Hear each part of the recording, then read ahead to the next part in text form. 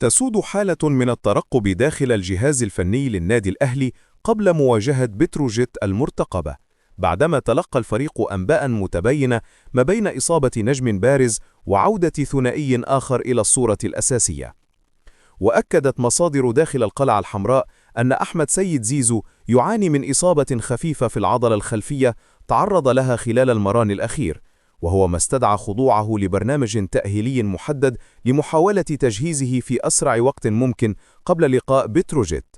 ورغم أن الإصابة ليست قوية، فإن الجهاز الطبي يتعامل معها بحذر شديد تحسبا لأي مضاعفات قد تبعد اللاعب عن المباريات المقبلة في الدوري ودوري أبطال إفريقيا.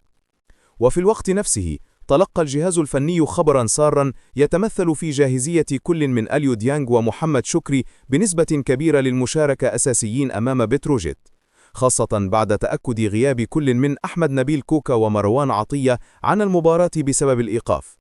ويمثل الثنائي إضافة قوية لتشكيل الفريق، حيث يعتمد سروب على ديانج في تأمين وسط الملعب وقطع الكرات، بينما يرى في شكري حلا هجوميا مميزا من الجبهة اليسرى بفضل دقته في العرضيات وسرعته في الارتداد الدفاعي.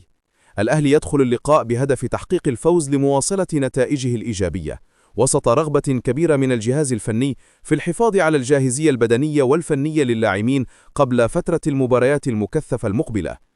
المباراة المقرر إقامتها مساء الأربعاء المقبل في تمام 8 بتوقيت القاهرة ضمن منافسات الجولة 12 من بطولة الدوري العام، تشهد استعدادات خاصة من جانب المدير الفني ياس سروب الذي يسعى لمواصلة الانتصارات وتثبيت أقدام الفريق في صدارة الترتيب.